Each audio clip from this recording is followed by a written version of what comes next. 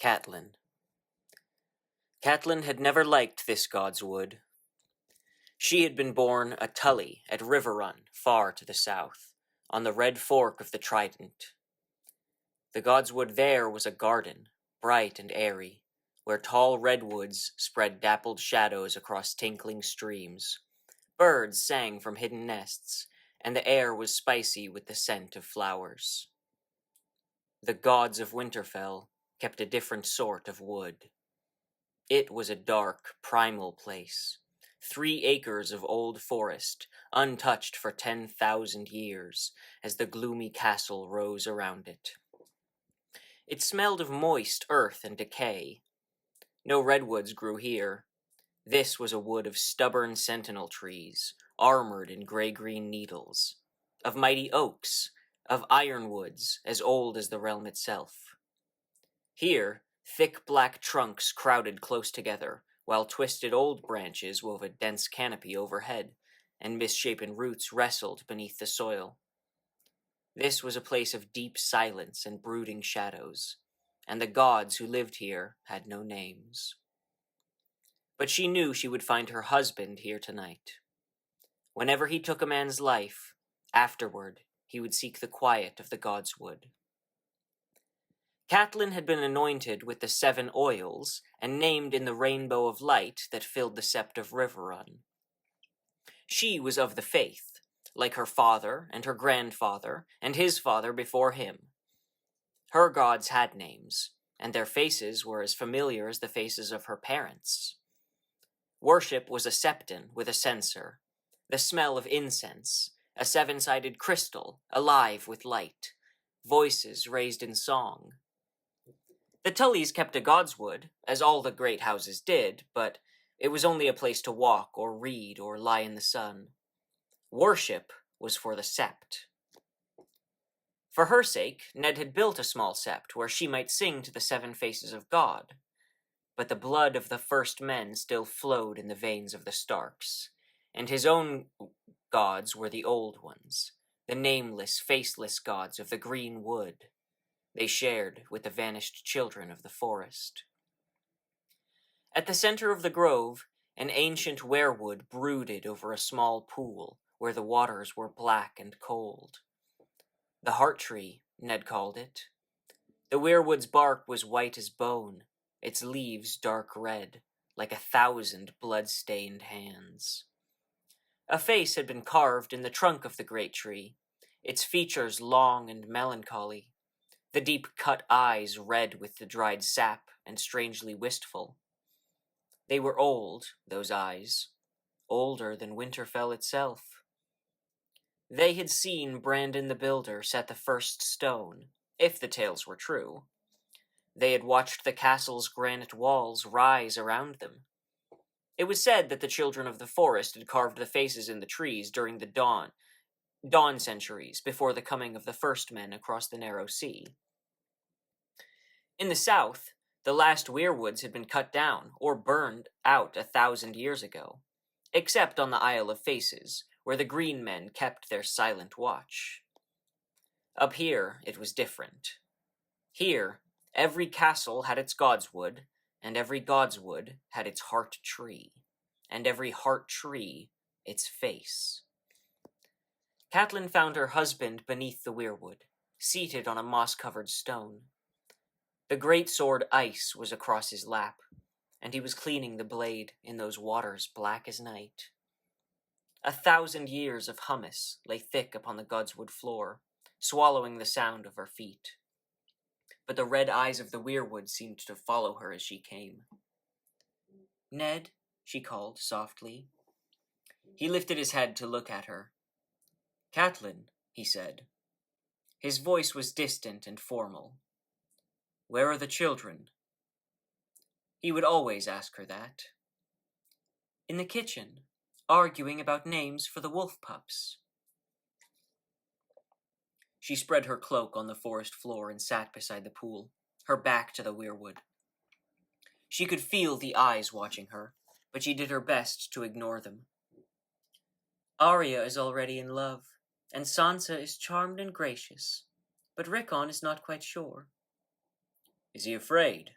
Ned asked. A little, she admitted. He is only 3. Ned frowned. He must learn to face his fears. He will not be 3 forever, and winter is coming. Yes, Catelyn agreed. The words gave her a chill, as they always did. The Stark words. Every noble house had its words.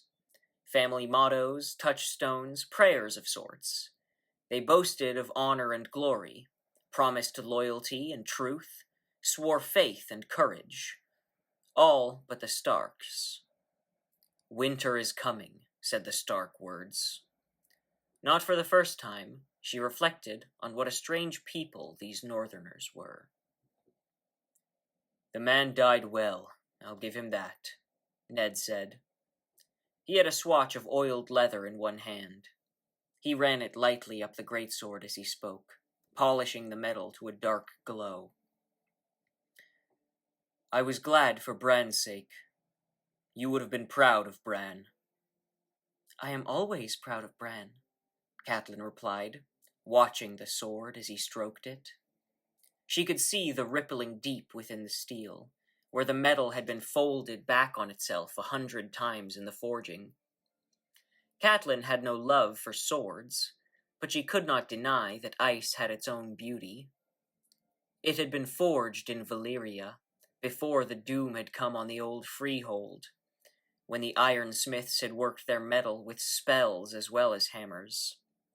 400 years old it was, and sharp as the day it was forged. The name it bore was older still, a legacy from the Age of Heroes, when the Starks were kings in the north. He was the 4th this year, Ned said grimly. The poor man was half mad. Something had put a fear in him so deep that my words could not reach him. He sighed. Ben writes that the strength of the Night's Watch is down below 1,000. It is not only desertions, they are losing men on rangings as well. Is it the wildlings? She asked. Who else? Ned lifted ice, looked down on the cool steel length of it. And it will only grow worse. The day may come when I will have no choice but to call the banners and ride north to deal with this king beyond the wall for good and all. Beyond the wall? The thought made Catelyn shudder. Ned saw the dread on her face.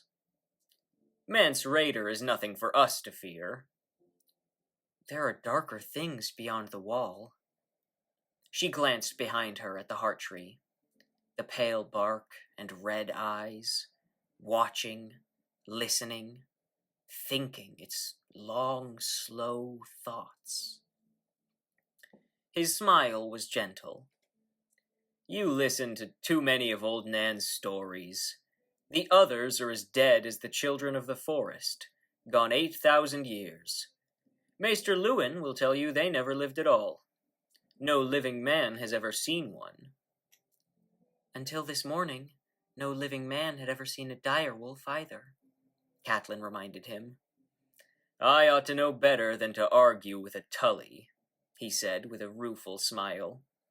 He slid ice back into its sheath. You did not come here to tell me crib tales. I know how little you like this place. What is it, my lady? Catelyn took her husband's hand. There was grievous news today, my lord. I did not wish to trouble you until you had cleansed yourself. There was no way to soften the blow, so she told him straight. I am so sorry, my love. Jon Arryn is dead. His eyes found hers, and she could see how hard it took him, as she had known it would. In his youth, Ned had fostered at the Eyrie, and the childless Lord Arryn had become a second father to him, and to his fellow ward, Robert Baratheon. When the Mad King, Aerys II Targaryen, had demanded their heads, the Lord of the Eyrie had raised his moon and falcon banners in revolt, rather than give up those he had pledged to protect. And one day, 15 years ago, His second father had become a brother as well, as he and Ned stood together in the Septet River Run to wed two sisters, the daughters of Lord Hoster Tully. "John," he said, "is this news certain?" "It was the king's seal, and the letter is in Robert's own hand. I saved it for you. He said Lord Arryn was taken quickly. Even Maester Pycelle was helpless, but he brought milk of the poppy, so John did not linger in pain." "That is some small mercy, I suppose," he said. She could see the grief on his face, but even then his first thought was of her. "Your sister," he said. "And John's boy, what word of them?" "The message said only that they were well, and had returned to the Eyrie," Catelyn said.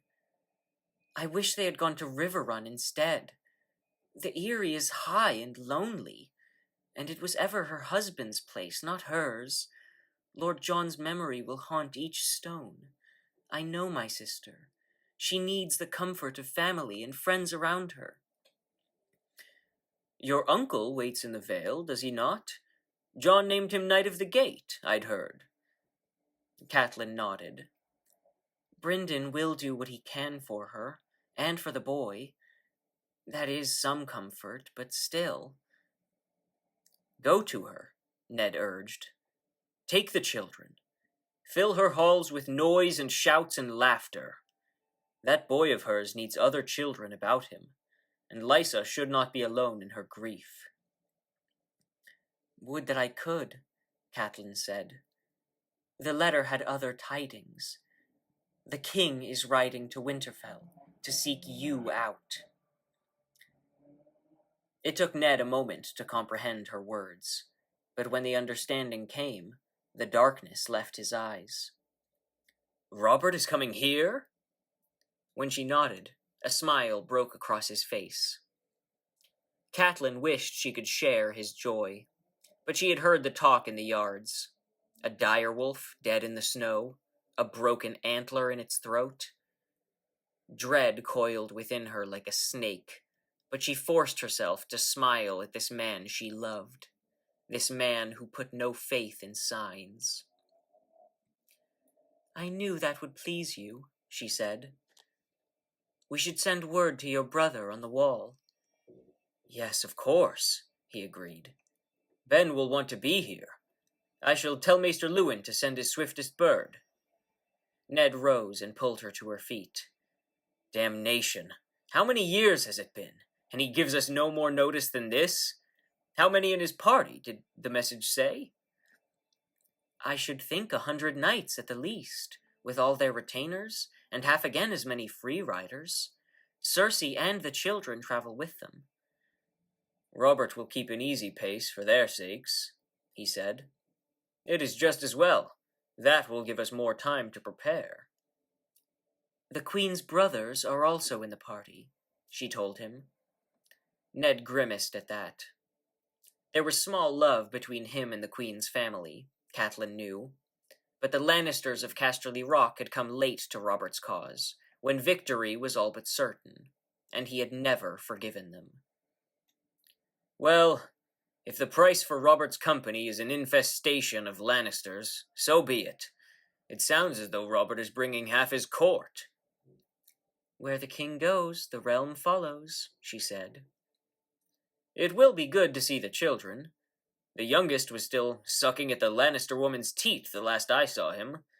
He must be, 5 by now?" "Prince Tommen is 7, she told him. "The same age as Bran. Please, Ned, guard your tongue. The Lannister woman is our queen, and her pride is said to grow with every passing year." Ned squeezed her hand. "There must be a feast, of course, with singers, and Robert will want to hunt. I shall send Jory south with an honor guard to meet them on the King's Road and escort them back. Gods, how are we going to feed them all? On his way already, you said? Damn the man. Damn his royal hide."